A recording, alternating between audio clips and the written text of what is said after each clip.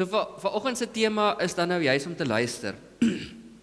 Nou as 'n mens die definisie van luister hoor, gaan oplees, dan sê dit to pay active attention to sound or a person in order to hear what they are saying. Om aktief jouself te spit om te luister en te hoor wat iemand besig is om te sê.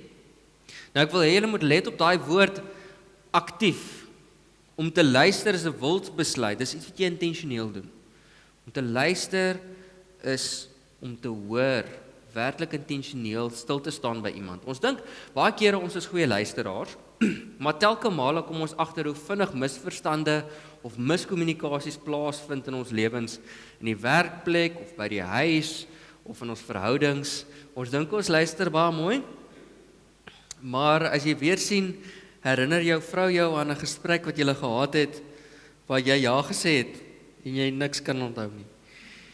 So ons almal sukkel maar soms 'n bietjie om werklik te luister.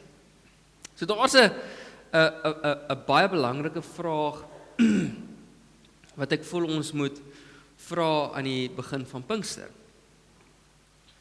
As ons so sukkel om na die mense rondom ons te luister, wat sê dit van ons verhouding met God? Hoe kan ons getuies van God se liefde en gerabou wees as ons nie eers luister na wat die bron van liefde vir ons sê nie? So ons roeping is om getuies te wees, maar hoe kan ons luister? Kan ons getuies wees as ons nie luister nie? En so daarom wil ek terugkom na Elia toe, want ek voel Elia se verhaal is 'n lens waardeur ons ook ietsie kan leer oor wat dit beteken om te luister. Die probleem om nie te luister nie is niks nuut nie. En dis presies die lens waardeur ons na die verhaal van Elia hierso kan kyk. Nou wanneer ons Elia kry hierso, is hy op 'n slegte plek. Hy is letterlik besig om te vlug vir sy lewe. Hy's uitgebrand, hy's moeg. Hy's oor dit. Hy kan nie meer hierdie werk doen wat die Here hom geroep het om te doen nie. Hy is op sy einde. Hy is so oor alles dat hy wens om dood te gaan. Elia se kop is vol geraas. Vol van sy vrese, sy gedagtes, al die goeders wat binne hom aan die gang is. Dis asof sy gedagtes 1000 km/h hardloop. Sy eie interne dialoog skree in sy ore, ek het my ywer vir die Here gewys, maar almal het my verlaat. En ek het alleen oorgebly en nou soek hulle my lewe. Maar dit is merkwaardig dat God Elia ontmoet in hierdie krisis. En sy opdrag vir hom is, gaan uit en gaan staan op die berg voor die Here. En dan speel daar 'n massiewe teater van natuurlike kragte af. Dinge waarin ons sou verwag die Here moet wees. Ons verwag, hier kom die sterk wind, die Here gaan nou opdaag. En dan skiet die berge en die rotse, dis asemrowend. Maar die Here daag nie daarin op nie, ook nie in die vuur nie. 'n Teken wat ons voorheen aan die Here se teenwoordigheid gekoppel het. Maar dan waar kry ons die Here? Die Here kom na Elia toe in die gefluistering van die windstilte. Nie in die vuur nie, nie in die aardbewing nie, nie in die stormwind nie. Die Here kom na Elia toe in die stilte.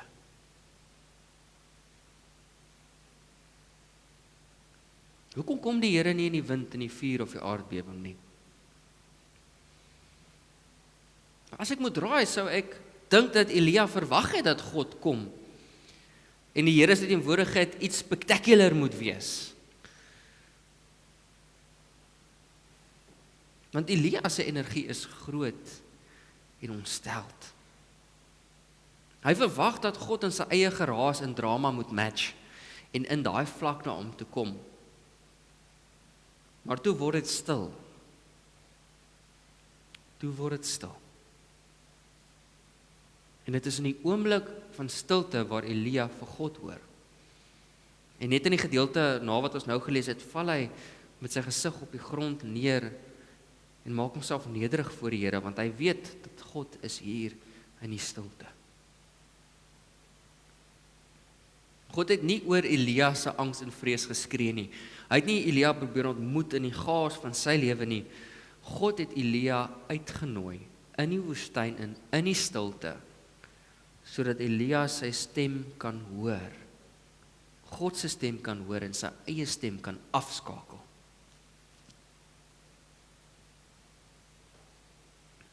Ons lewe in 'n wêreld waar daar baie geraas is.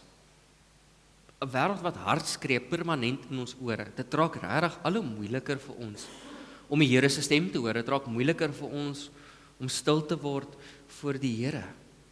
Ons fone vibreer, daar's een krisis op 'n ander, daar's 'n storm, ons lewens is gevul met onsekerheid. En as ons Pinkster toe kom soek ons dinkwils wind en vuur. As ons dink aan Pinkster, soek ons 'n emosionele hoendervleis oomblik of 'n groot openbaring wat ons lewe skielik gaan verander, maar die teksgedeelte vanoggend herinner ons dat die Heilige Gees werk baie keer nie in hierdie reuse groot dinge nie, maar in die fluistering van stilte. Ons kerk se lese is dat ons geroep is om getuies te wees van God se liefde in hierdie wêreld. Maar ek en jy kan nie getuig van 'n stem wat ons nie hoor nie. Ons kan nie getuig as ons gedagtes vol ander geraas is wat ons wegvat van die Here af nie. Jy kan nie mense vertel waar God besig is in Grabouw as jy nie geleer het om sy voetspore in die stilte te identifiseer nie. Die Gees wil ons help om ons lewe in te skakel by God se groter storie. Die Gees wil ons uitnooi om ons lewens te sien as deel van die Here se storie, se missie hier op aarde. En daarom moet ons 'n belangrike vraag vir mekaar afvra in hierdie Pinkster: waar is God besig in my lewe? Waar sien ek die Here raak? En om daai vraag te beantwoord, moet ons net soos Elia verby die wind, die aardbewings en die vuur kom, en ons moet leer om stil te word. So hierdie week gaan ons nie net praat en praat nie, ons wil dit so prakties as moontlik maak. So hierdie week wil ons hoor hoe die Gees met ons praat. So ek wil 4 eenvoudige tasbare stappe met julle deel. 4 wenke wat jy saam met jou kan vat vir hierdie week om jou te help om te luister en stil te word by die Here. Kom ons noem dit die luisterritme. Daar's 4 stappe daarvan. Die eerste ene is sit af. Sit af. Sit jou foon af, sit jou TV af. Skep vir jou 'n oomblik waar jy in stilte kan wees. En ek weet vir van ons is dit moeilik om daai stilte tydjie te kan vat, maar al is dit om die radio af te sit in die kar en net vir 'n oomblik stil te sit, of dit is as jy in die bad lê na die kinders in die bed is, maak nie saak wat dit is nie. Skep vir jou 'n oomblik van stilte waar jy goed afsit. Skep doelbewuste spasie waar jy al die geraas van die wêreld stop. Die eerste een is sit af. Die tweede ene is haal asem. Nou soos wat Elia onder die besembos gelê het en sy gedagtes is vol van 1000 dinge, so is dit so ook vir ons, wanneer ons stil word, is dit moeilik om teenwoordig te wees. So probeer om vir 'n oomblik te vergeet van die lysie van dinge in jou lewe, haal diep asem en sê vir jouself, ek is nou hier, en die Here is ook nou hier. Wees teenwoordig. Die derde ene is tel op. Nie weer die selfoon nie, tel jou Bybel op. Jy moet dit nie lees asof dit 'n koerant is, wat jy inligting gaan soek nie. Lees 'n paar verse en sien dit as God se liefdesbrief aan jou. Vra vir die Gees, wat wil U vandag vir my deur hierdie woorde sê? En laat hierdie woorde die interne geraas binne jou stil maak. Ons sit af, haal asem, tel die Bybel op. En die laaste ene is 'n uitdaging.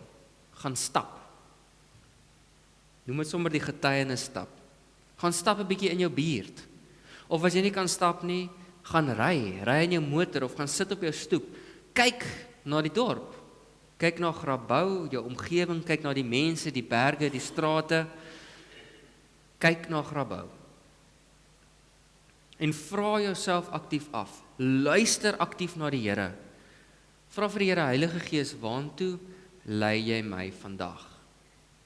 Vir wie moet ek vandag raak sien? Wie het u liefde nodig?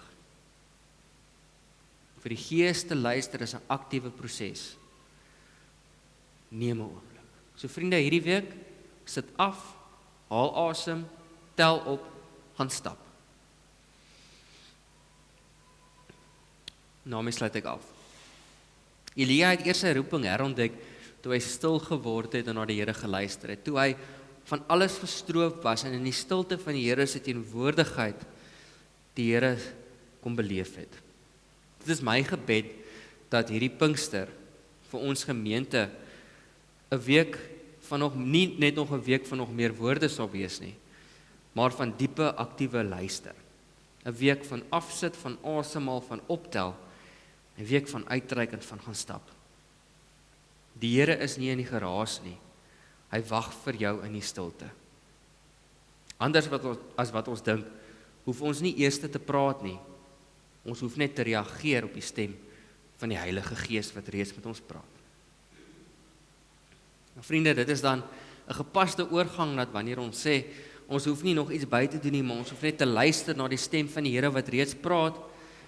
Dis 'n gepaste oorgang want ons is bevoorreg genoeg dat ons vanoggend 'n kindjie doop. Ons doop vanoggend vir Kain Clara en ons is baie opgewonde daaroor. Vandag kry ons ietsie van hierdie ligte briesie, die sagte gefluistering van God se liefde in 'n baie tasbare simbool, in die simbool van die doop. Die doop is die grootste bewys dat dit God is wat eerste praat en sy hand uitreik en uitsteek na ons toe. Vir hierdie klein kindjie vanoggend haar foon kan afsit of self die Bybel kan optel om te lees, self kan verstaan wat dit beteken om stil te word, het die Here klaar sy stem oor hierdie lewe laat weer klink. Het hy klaar vir Clara op die naam geroep en genooi om deel te wees van sy gemeenskap. Lank voor ons na God kan begin luister, het God klaar in die stilte van hierdie nuwe lewe gefluister en gesê, ek het jou eerste lief gehad en jy is myne.